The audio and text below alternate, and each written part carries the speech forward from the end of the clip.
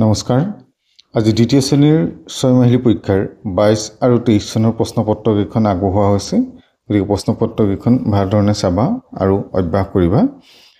23 চনৰ প্ৰশ্নপত্ৰত আছিলে প্ৰথম চুটলেখ, তাৰপিছতে অতঃ ঔ পৰ্যন্ত স্বৰ বৰ্ণানী লিখতঃ, অৰ পৰা ঔলৈকে স্বৰবৰ্ণসমূহ লিখিব লাগে। তাৰপিছতে কতঃ ঞ পৰ্যন্ত ব্যঞ্জন বৰ্ণানী লিখত, কৰ পৰা ইয়লৈকে ব্যঞ্জন বৰ্ণখিনি লিখিব লাগে।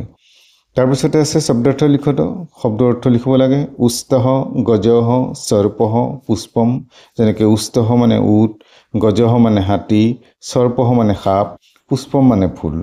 অধোলিখিতানাং বৰ্ণানাং প্ৰয়োগং কৃত্বা একৈকে শব্দং লিখত, তলৰ বৰ্ণসমূহ প্ৰয়োগ কৰি পেলাই এটা এটাকৈ শব্দ লিখিব লাগে। ঘ ফ ত তেনেকৈ ধ ধনম ফ ফলম ত তগৰহ এনেকুৱা ধৰণৰ। ৰিক্ত স্থানপুৰত নগৰম ঋষভঃ পৰ্বতঃ খালী ঠাই পূৰ কৰিবলৈ দিলে। স্বৰ চিহ্নানি সংযোজন কৰোঁতো স্বৰ চিহ্নসমূহ সংযোগ যে ক যোগ দীৰ্ঘিকাৰ কত দীৰ্ঘিকাৰ কি, ক যোগ হচৌকাৰ কত হচৌকাৰ কু, ক যোগ ঔকাৰ কত ঔকাৰে কৌ, এনেধৰণে হ'ল। তাৰপিছতে অধোলিখিতানাং পদানাং মেলয়, তলৰ পদবোৰ সজাই লিখিব লাগে। যেনেকৈ ৰি না, না ৰি, ম হ গ্ৰী, গ্ৰী হ ম, তাৰপৰা জ ন নি, এনেধৰণে সজাই লিখিব লাগে। তাৰপিছতে আহিলে মৌখিক। মৌখিকত আছে ভৱতঃ ভৱত্যাহ নাম কিম, তোমাৰ নাম কি? মই নাম বুলি কৈ নিজৰ নামটো ক'ব। ভৱতঃ ভৱত্যাহ জনকস্য নাম কিম, তোমাৰ দেউতাৰ নাম কি? মম জনকস্য নাম বুলি কৈ দেউতাৰ নামটো ক'বা। ভৱতঃ ভৱত্যাহ নিকেতনস্য প্ৰধান আচাৰ্যস্য নাম কিম, তোমাৰ নিকেতনৰ প্ৰধান আচাৰ্যৰ নাম কি? মম নিকেতনস্য প্ৰধান আচাৰ্য নাম বুলি কৈ প্ৰধান আচাৰ্যৰ নামটো ক'বা। পঞ্চ পশুনাং নামানি বদতো, 5টা পশুৰ নাম ক'ব লাগে। পঞ্চ পক্ষী নাম নামানি বদতো, 5টা চৰাইৰ নাম ক'ব লাগে। তাৰপিছত আছে পাঠ্যপুস্তকস্থিত অক্ষৰ গীতং গায়াম, গীতটো গায়াব। তাৰপৰা অক্ষৰ গীতম গায়াম, গীতটো গাব লাগে। যেনেকৈ কচতপ কচতপ, এই গীতটো তোমালোকে কণ্ঠস্থ কৰিবা। আৰু পাঠ পঠনমত তোমালোকৰ কেইটামান শব্দ পঢ়িবলৈ দিয়া হয়। চুটলেখতো তেনেধৰণেই হয়। গতিকে এই পেপাৰখন তেনেধৰণে আছে। দ্বিতীয় পেপাৰখন আমি ইতিমধ্যে আলোচনা কৰিছিলোঁ, গতিকে দ্বিতীয় পেপাৰখনো তোমালোকে পুনৰবাৰ চাবা। তাৰপিছতে মৌখিকখিনিৰ লগত মিলাই চাবা। এইখিনিৰ মাজৰ পৰাই আমাৰ এই বছৰ প্ৰশ্নপত্ৰখিনিও প্ৰায় একেই ধৰণেই হ'বগৈ।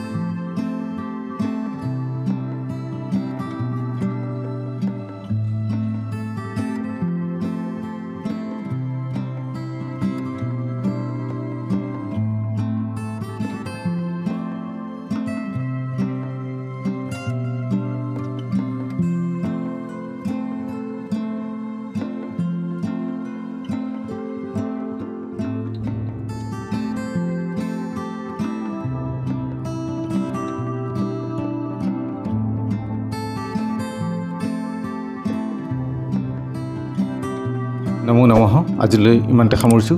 পৰৱৰ্তী পৰ্যায়ত পুনৰ প্ৰশ্নপত্ৰসমূহ চোৱাৰ লগতে আমি পাঠসমূহ আলোচনা কৰিম। চেনেলটো চাই থাকিবা।